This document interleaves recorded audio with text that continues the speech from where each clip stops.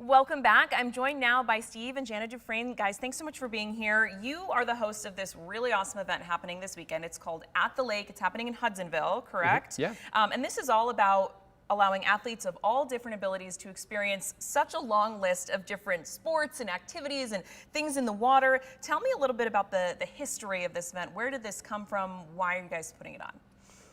Okay. Start me from the beginning.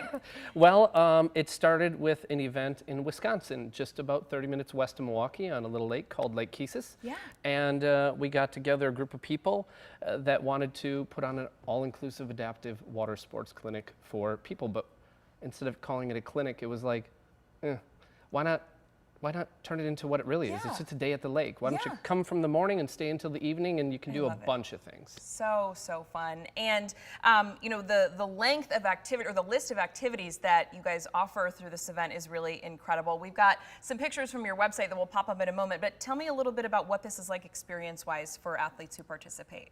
Sure. Yeah, we have kayaking and paddleboarding, and this is the second year we're doing it here at the Action Wake Park. We actually have a cable park adaptive ski. Wow. So you actually attach the cable to an adaptive ski. And we've got some pictures right there, I think, of that, which is awesome. Yep. And they actually ski by themselves. Our Wisconsin version, you actually have side skiers next to the skier, and they ski behind a boat. But the one here in Action Wake, they're doing it all by themselves. Wow. Yeah. Yep. And for the families and the kids and the people that are, you know, showing up and participating, you guys have been doing this for a little while now. What is the response, the reaction to just being able to be a part of this? I'm sure it's incredible. Thank you. I didn't know I could do this, or we could do this, or that he or she could do this. I never thought that they'd go do this. Yeah. Yes. A little bit of fear from the parents, like, they're gonna be okay. Is everything gonna be all right We here? got them, don't worry. So fun. Okay, and so it's this week. It starts tomorrow, correct? Yep. Tomorrow and Friday. And what does sort of the schedule of events look like? I know it's, again, all day long, as you were mentioning. It really looks like a lot of fun.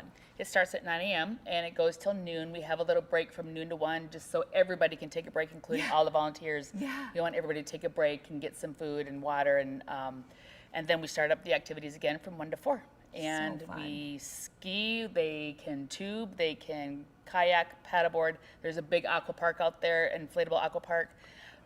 Fishing. Fishing. We got a big, like, super slide that goes down the hill into the water. Fun. Dunk tank. A dunk tank. Yeah, the dunk tank's quite a hit. And something that you said a second ago, I think really stuck with me. You know, these are activities that so many of us enjoy, but for those in our community who may have any varying level of disability, maybe they've never been able to do these things, or never even thought about doing them. Yeah, you think about it. If you got a friend that has a lake house and you go to see them, but you're quadriplegic and you're in a powered chair, they might want to, but they're probably not thinking about taking you behind the boat. Yeah. Yeah. So yeah, this is an opportunity with a lot of safety, a lot of freedom, and they get a shot of adrenaline that they just can't get anywhere else. Yeah.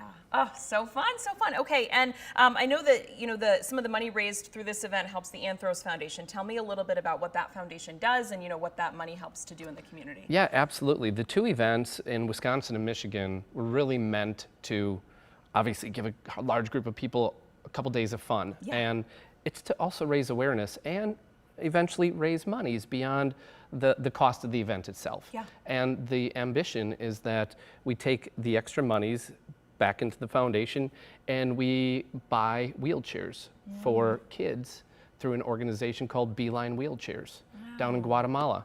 And to date, we've raised just enough money to buy about 200 chairs.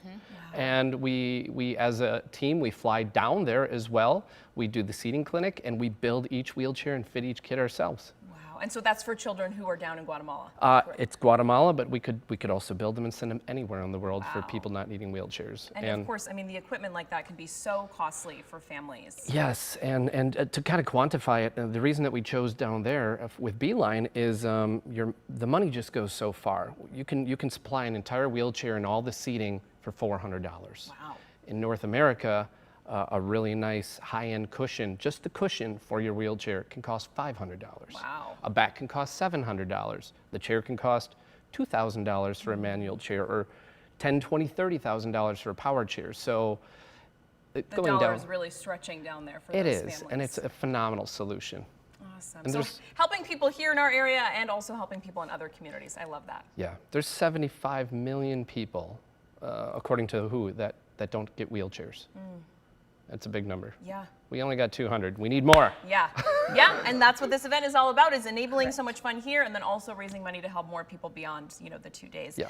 Anything I'm missing just about, what's going to happen at the tail end of this week? I so appreciate you guys coming in to talk about it. No, a lot of smiles, a lot of happy tears will be coming. Yes. It's a lot of many hugs. tears, hugs, thank you, and it's always amazing to see the parents, and they're the most thankful, even Yeah. more so than the kids, and they're the ones who cry more than the kid, or not even the kids, the athletes do, because they're like, thank you for allowing my person to do this. Like they never get this. It's always my other children, for example, who get their day. They never get their day, and tomorrow and Friday is their day. Oh, so special. I can't wait to see the pictures from this year. Steve and Jana, thanks so much for coming in and being on Evening Plus to talk about this. Hopefully we get more people interested in the future. I know you're always looking for volunteers as well. So inspiring to just hear about how big of an impact this is having, here and also in other communities across the world. Yeah, and if you'd like to learn more about the Anthros Foundation, you can anthrosfoundation.org, and you can come to one of the events that way. You can donate if you like to. We're a 501c3, and we're looking for help and people that want to love on this community like we do. Awesome. Guys, thanks so much for coming in. I really appreciate it. Thanks. We're going to take one more quick break, and then Colton will be back to talk weather with us.